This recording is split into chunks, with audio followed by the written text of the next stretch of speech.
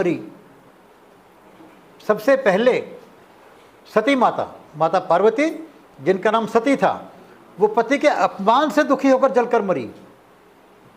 पति के अपमान से दुखी होकर जलकर मरी। ऐसे ही पति और पत्नी एक दूसरे के लिए जान ले भी लेते हैं, जान दे भी देते हैं। लेकिन सती प्रथा हमारे यहाँ कहीं नहीं थी। लेकिन जैसे आज डिफरेंट जगह हो रहा है कि नारियों के साथ अत्याचार होते हैं, तो कई लोग आज भी कई लोग कर्जे में आकर आत्महत्या कर लेते हैं ताकि मेरा अपमान ना हो, समाज में मेरे परिवार का अपमान ना हो। तो एक समय आया जब नारियों के साथ उनका भयंकर अपमान होना शुरू हुआ, तो उन्होंने कहा उस जीवन से तो मरना अच्छा है। उन्होंने मरना स्वीकार किया। लेकिन सती प्रथा हमारे समाज में नहीं थी। लेकिन एक गलत बात पढ़ाकर और हमारे को बता दिया गया कि सती प्रथा आपके यहाँ एक कलंक के रूप में एक प्रथा विद्यमान है। किसी विद्वान ने नहीं बताया कि हमारी जितनी सती हुई वो कभी जल के नहीं मरी। हाँ जी सर, आज के दौर में संस्कृति, संस्कार और आत्मबल, आप दोनों जिंदगी में कैसे लोग पूरा करें? हाँ, वही बताया ना कि आत्मबल कैसे आएगा, संस्कार से आएगा। संस्कार कैसे आएंगे? माता पिता की सेवा करना, पति पत्नी व्रत का पालन करना, बहन बेटी का सम्मान करना। केवल इतना सा काम कर लीजिए आप। इतना सा काम करने से आप में संस्कार और आत्मबल आ जाएंगे।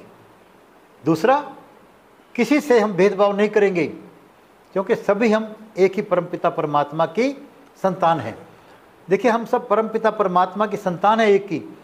इसको दो ढंग से प्रूव करते हैं, एक साइंटिफिक ढंग से और एक जो शास्त्र कहते हैं उसके ढंग से। साइंस क्या कहती है कि पूरे वर्ल्ड के अंदर लगभग उन्होंने 130 एलिमेंट खोजे हैं।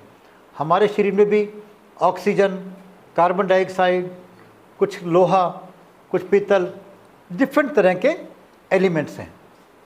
पूरे ब्रह्मांड के अंदर जितनी भी चीज़ें हैं उन सब में साइंस ने कुछ एलिमेंट खोजे कि उसको बता दिया ये आयरन का एलिमेंट है, लोहे का, ये सोना है, क्योंकि इनके एटम डिफरेंट हैं। कहाँ खोजा? एटम, कि लोहे का एटम अलग बना है, सोने का एटम अलग बना है, ऑक्सीजन का एटम अलग बना है। इसलिए इनकी जो डिफरेंट तरह की इनकी आदतें हो गई हैं, इनके स्वभाव डिफरेंट हो गए हैं। लेकिन उसके आगे जब खोजा तो हर एटम के अंदर इलेक्ट्रॉन, प्रोटॉन, न्यूट्रॉन हैं।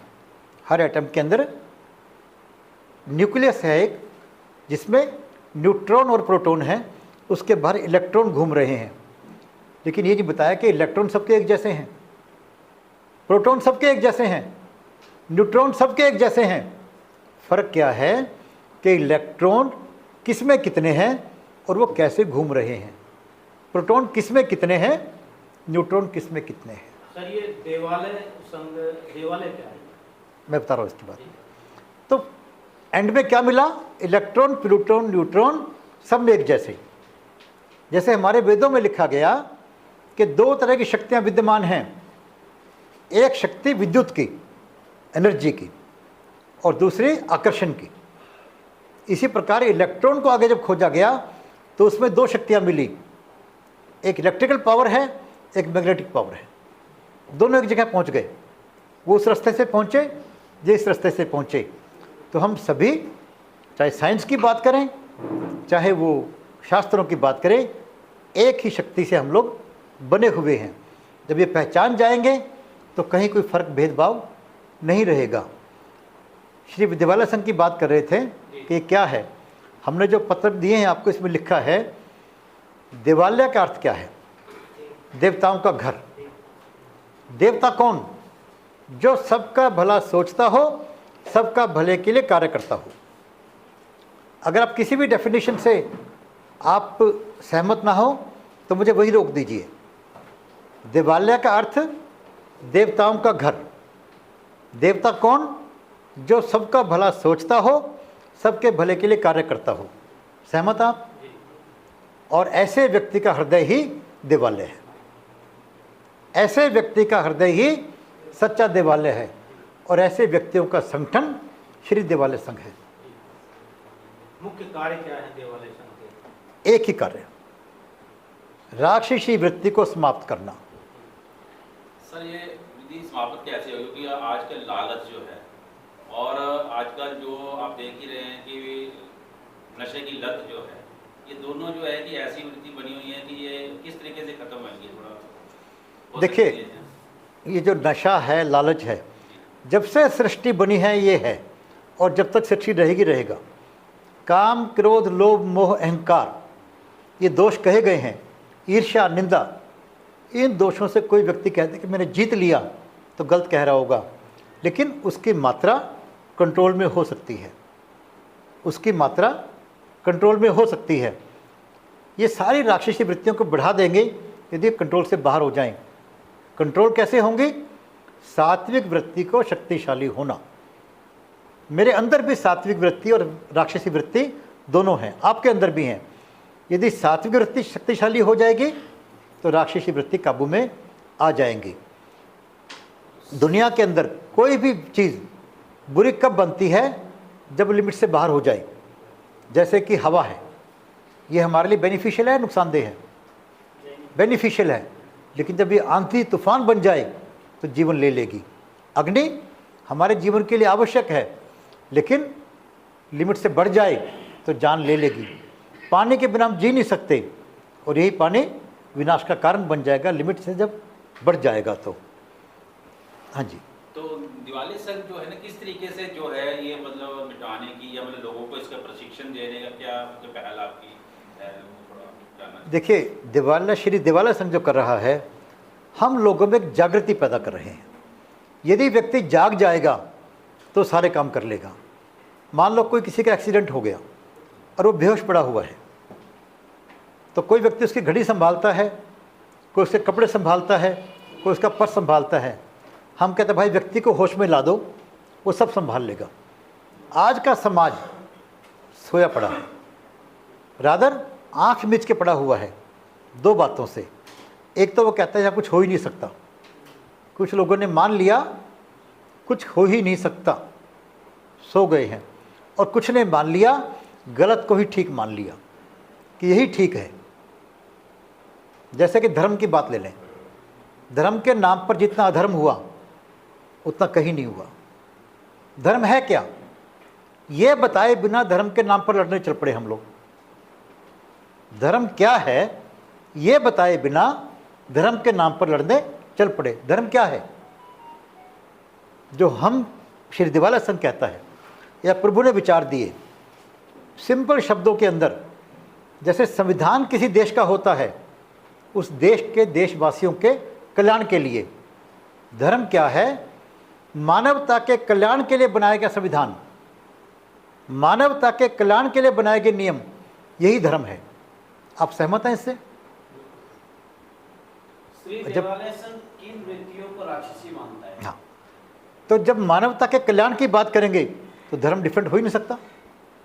और जो भी कोई धर्म के नाम के ऊपर मानवता के कल्याण की बात नहीं करता, वो धर्म जानता ही नहीं, या जानबूझकर अपनी दुकानदारी चलाने के लिए धर्म के नाम पर लोगों को में अधर्म फैला रहा है, भ्रम फैला रहा है। राक्षसी व्यक्ति क्या होती है, राक्षसी शक्ति क्या होती है, इस श्री दिवाला संघ क्या मानता है? श्री दिवाला संघ जो मानता है वो आप भी माने तो मज़ा आएगा। हम सब मानेंगे तो कि राक्षसी वृत्ति क्या है। केवल एक ही बात है, शराब पीना या अंडा मीट खाना राक्षसी वृत्ति में नहीं है। राक्षसी वृत्ति वो होती है जो कहता है मेरे हिसाब से चलो वरना मार दूंगा, वरना सताऊंगा। जंगलों में ऋषि हवन कर रहे हैं, राक्षसी वृत्ति वाला व्यक्ति कहता है मुझे पसंद नहीं है, बंद कर वरना मारूंगा। केवल एक ही एग्जाम्पल, जैसे भगवान क्या कहते हैं कि सबसे बड़ा दुश्मन कौन मेरा? अहंकार। अपने आप में स्वाभिमान होना बुरा नहीं है। मैं ठीक मानूं अपने आप को, आप ठीक माने अपने आप को, हो सकते हैं, पर मैं कहूँ कि मेरे को ही ठीक मानना होगा, मेरे हिसाब से ही चलना होगा, वरना मैं आपको जीने नहीं दूंगा। वो फिर चाहे किसी धर्म का वासी क्यों ना हो, किसी धर्म को क्यों ना मानता हो, वो राक्षसी वृत्ति का शिकार है। मैं अहंकारी नहीं हूँ, ये भी तो अहंकार है। बिल्कुल ठीक कह रहे हैं आप। सबसे बड़ा अहंकार तो आदमी के अंदर होता है कि मेरे में अहंकार नहीं है, और वैसे काम कर लेता है। इसीलिए धर्म को मानने वाले जितने गलत काम कर देते हैं उतने बाकी नहीं करते। वो कहता है वो तो शराब पी रहा है, वो अंडा मीट खा रहा है, वो लड़कियों को छेड़ता है, मैं तो कुछ नहीं कर रहा। और फिर और इसकी एग्जाम्पल है युधिष्ठिर। दुनिया के अंदर सबसे अधिक ज्ञान वाला किसी को कहा गया? धर्मराज। किसे कहा गया? युधिष्ठिर। और सबसे बड़ा गलत काम किसने किया? युधिष्ठिर ने किया। कभी अपने आप को इतना अहंकार मत कीजिए कि मैं ठीक हूं। युधिष्ठिर ने जो काम किया, आज तक किसी भी व्यक्ति का एग्जाम्पल नहीं मिलता जिसने उतना गलत काम कर दिया हो, क्योंकि उसमें अहंकार था अपने अच्छेपन का। मैं विद्वान हूं। राक्षसी वृत्तियों को खत्म करने की और शक्तियां नहीं है, देवालय संघ की क्यों आवश्यकता पड़ी? देखिए, मैंने तो भाई बचपन से ही जैसे कहा कि मैं गीता पढ़ता था 6 साल की उम्र से, फिर पुस्तकें पढ़ने का शौक़ हुआ, हर तरह की पुस्तकें पढ़ी, डिफरेंट संस्थाएं भी देखी। आज शक्ति की बात करना एक पाप हो गया। कुछ समय से लोग आए, उन्होंने अहिंसा की बात की, अधूरा पाठ पढ़ाया, बता दिया अहिंसा परमो धर्म है, अधूरा पाठ है। पूरा क्या है? अहिंसा परमो धर्म है, धर्म हिंसा तदैव चय। धर्म की रक्षा के लिए की गई हिंसा अहिंसा से उत्तम धर्म है। ये नहीं पढ़ाया गया हमारे को, और हम कमज़ोर हो गए, राक्षसी वृत्ति वाले शक्तिशाली होते गए। कोई बात नहीं कर रहा। जो शक्ति की बात कर रहे हैं वो राक्षसी वृत्ति वाले बात कर रहे हैं, दूसरों को मारने के लिए या दूसरों से अपनी बात मनवाने के लिए, अपने मत को दूसरों के ऊपर थोपने के लिए। लेकिन सात्विक वृत्ति वाले व्यक्ति कोई शक्ति की बात नहीं करते, और शक्ति की बात करने के बिना राक्षसी वृत्ति समाप्त नहीं हो सकती। और धर्म क्या? मानवता के कल्याण के लिए बनाए गए नियम, धर्म वही है। श्री देवालय संघ के सपनों का भारत हो, इसके लिए क्या उद्देश्य है? किस तरीके से समाज होना चाहिए? हमने एक बात कही थी कि कोई भी राष्ट्र कैसा हो, समाज कैसा हो, राष्ट्र ऐसा हो जहाँ ना भय हो, ना भूख हो, ना भेदभाव हो। ना भय हो, ना भूख हो, ना भेदभाव हो, सभी स्वस्थ हों, सभी समृद्ध हों। ऐसा समाज हो, ऐसा राष्ट्र हो, यही हमारा सपना है, यही हमारा उद्देश्य भी है। एक आखिरी सवाल आपसे। आप संस्कृति में समाज की बात तो करते हैं, लेकिन न्यायालय से आदेश आता है कि विवाहोपरांत संबंध वैध है, व्यभिचार नहीं है। इस संस्कृति का क्या उन अवस्थाओं में जाने के बाद जब न्यायालय ऐसी बात कर रहा हो, वेस्टर्न कंट्रीज के प्रभाव में आगे आप क्या मानते हैं? देखिए, कोई भी काम गलत कब कहा जाता है? जब बल और छल से किया जाए।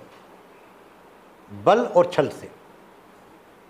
यदि छल और बल उसमें नहीं है तो उस काम को हम गलत नहीं कह सकते हैं। मैंने इसलिए लिखा है इसके अंदर, पति पत्नी व्रत का पालन करें। ये संस्कार की बात है। कानून में और संस्कार में अंतर होता है। कई तरह की बातें होती हैं।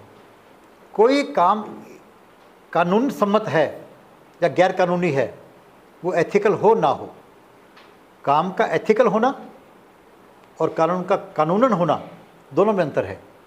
कई काम गैर कानूनी होते हुए भी एथिकल हो सकते हैं और कई काम कानूनी होते हुए भी अनएथिकल हो सकते हैं। मान लो एक 70 साल के व्यक्ति का विवाह एक 15 साल की लड़की से हो जाए या 20 साल की लड़की से हो जाए, ये कानूनी तो ठीक है, एथिकल नहीं है। एथिकल नहीं है वो। कानून तो पे नहीं मानता। एथिक्स की अलग बात है, कानून की अलग बात है। कानून कई बार देश के समाज में राजा के हिसाब से ही बनते हैं, समाज के हिसाब से ही बनते हैं। तो इसी प्रकार जब हम संपूर्ण न्याय की बात करते हैं, संपूर्ण नीति की बात करते हैं, तो उसमें केवल राजनीति नहीं आती है, राजनीति भी आती है और सामाजिक नीति भी आती है और उसके अंदर विद्वानों की नीति भी आती है। विद्वानों ने क्या कहा उसके बारे में, समाज ने क्या, लोक नीति क्या कहती है और कानून क्या कहता है। ये सब का सामंजस्य बिठाकर ही जो काम किया जाएगा वो उचित होगा। मान लो हम कहते हैं हंसना बहुत अच्छी बात है, हंसाना अच्छी बात है, पर किसी के मरने पर जाएंगे और वहाँ हंसेंगे हंसाएंगे तो वो नीतिगत नहीं होगा, लोक नीति के खिलाफ होगा। हमें लोक नीति की बात भी करनी चाहिए। तो कोई एक बात से पूरी तरह हम संपूर्ण ठीक नहीं कह सकते हैं। सर मैं शब्द होता है, ये क्या राष्ट्रीय विद्यालय शब्द है? मैं जैसे मैंने किया, ये सब मैंने किया, मैं जो शब्द, इसके अलावा कोई विकल्प को इसका यूज कर सकते हैं? देखिए, ये बात कौन कहेगा? पहली बात तो मैं कहते हैं, आप मैं कौन है जानना जरूरी है। हम एक बात करते हैं यहाँ पर अभी, सभी लोग अपने सिर को छुएंगे एक बार प्लीज़। सिर को छू सकते हैं हम लोग, अपने पैरों को छू सकते हैं, छुए पैरों को, बस वैसे ही छोड़ लो। अपने छाती को हाथ लगा लिया हमने। अपने आप को छू सकता है कोई? आप में से कोई अपने आप को छू सकता है? कोई भी नहीं। छाती आपकी है तो कंधे आपके ही है। अपने आप को छू के दिखाओ कोई। सब जगह कहाँ छू जाएगा एक बार? जब मैं को जानते ही नहीं, अज्ञानता है ये, इसीलिए मैं की बात कर रहा है। जो मैं है, जो आप हैं, जो मैं हूँ, ना मैं उसको छू सकता हूँ, ना मैं उसको देख सकता हूँ। मेरे हाथ हैं, मेरे पैर हैं, मेरा सिर है, मेरा मन है, मेरा विचार है, मेरा दिमाग है, दिल है। मैं कहाँ हूँ? अरे भाई मैं को जान लो, फिर तो मैं की बात करो कि मैं करने वाला हूँ। बिना जाने चल पड़े। जैसे धर्म को जाने बिना धर्म के नाम पर लड़ने चल पड़े, ऐसे ही मैं को जाने बिना, और जो मैं को जान जाएगा वो मैं की बात नहीं करेगा।